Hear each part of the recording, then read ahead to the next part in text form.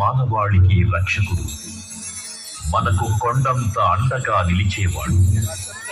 మనసులో తలచిన వెంటనే గుండెల నిండా ధైర్యాన్ని నింపగలిగే మహాయోధుడు, అభయహస్తంతో ఎల్లవేళలా మనల్ని కాపాడే ఆ పవనపుత్రుడిని ఇప్పుడు మనసారా స్తుతించుకుంటూ శ్రీ పంచముఖ ఆంజనేయ స్వామిగా అవతారమెత్తిన కథని దృశ్య రూపంలో తిలకిద్దాం రండి.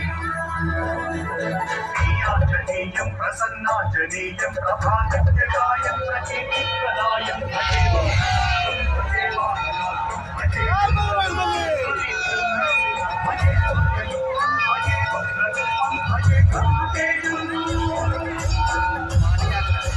అది రామాయణ మహాయుద్ధం భీకరంగా సాగుతున్న తరుణం.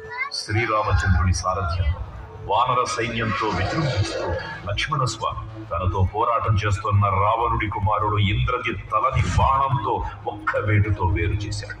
ఇంద్రజిత్ మరణ వార్త విన్న రావణుడు ఆవేశంతో ఊగిపోయాడు. ప్రతీకారం కోసం పాతాళ లోకాధిపతి తన సోదరుడు అయినటువంటి మహిరావణుడి సహకారం కోరాడు.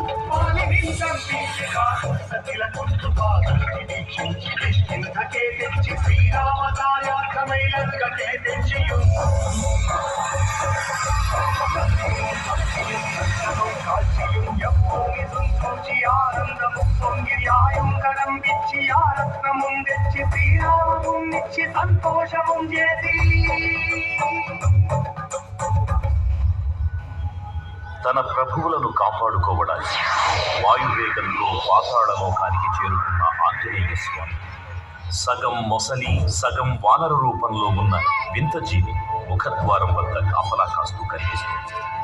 ఆ జీవి మకరధ్వజుడు అనే తన పుత్రుడని మహాసముద్రాన్ని దాటుతుండగా నీటిలో పడ్డ స్వేదబిందు ఒక మొసలి గ్రహించడం వల్ల జన్మించాడని తెలుసుకొని ఆశ్చర్యపోతాడు హనుమంతుడు.